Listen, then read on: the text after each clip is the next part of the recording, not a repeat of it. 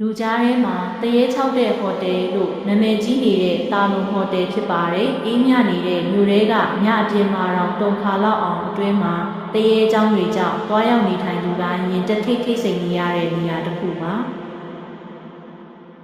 တာလုံဟိုတယ်ကို1920ဝန်းကျင်ကဂျာမန်စတာ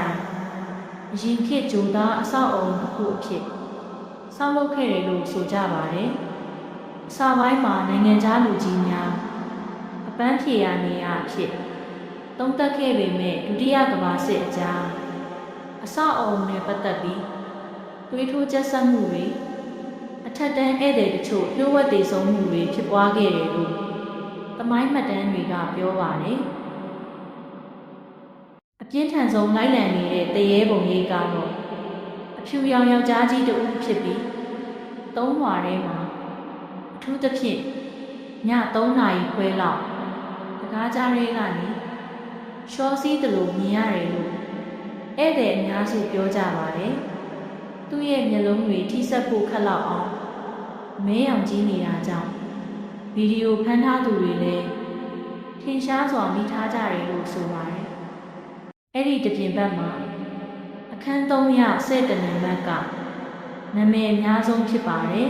။အဲ့ဒီမှာ1960ခုနှစ်တုန်းကဧည့်သည်တဦးနောက်သေဆုံးခဲ့တယ်လို့တူလောင်ထားတဲ့မှတ်တမ်းတွေကသိရပါတယ်။အခန်းထဲမှာညလယ်ပိုင်းတွေမှာရုတ်တရက်ဖုံးတန်များရေချိုးကန်းကနေရေစည်းတန်များထွက်နေတယ်လို့လက်တွေ့နေထိုင်သူတွေပြန်ကြားထားကြပါတယ်။ဟိုတယ်ဝန်ထမ်းအချို့ကလည်းမကြာခဏအဝါရောင်အကြီးဝတ်ထားတဲ့မိန်းကလေးပုံရိပ်ကိုလေကားထစ်တွေမှာမြင်ကြရတယ်ဆိုပါတယ်။အဟားသိစရာကသူမကိုတွေးလိုက်တဲ့သူတိုင်းမေးစရာမလောက်ရှောက်ပြီးပျောက်သွားတယ်လို့ဧည့်သည်တချို့ကအိတ်နေချိန်ဘာကုန်းထဲကတကားခတ်တန်နဲ့နိုးထလာရတယ်လို့လည်းထူးဆန်းစရာနောက်ခံတွေရှိနေပါသေးတယ်။ယနေ့ခေတ်ထိတာလုံဟိုတယ်ကိုဧည့်သည်တွေအများကြီးလှည့်လည်နေစေပါတာပဲနဲ့ထူးခြားတဲ့အတွေ့အကြုံတွေကြောင့် Ghost Hunters တွေ YouTube တရေခီးသွားတွေအနေနဲ့စူးစမ်းလေ့လာမှုတွေဆက်လက်လုပ်နေကြစေပါတရေဆိုတာအမှန်ရှိမရှိ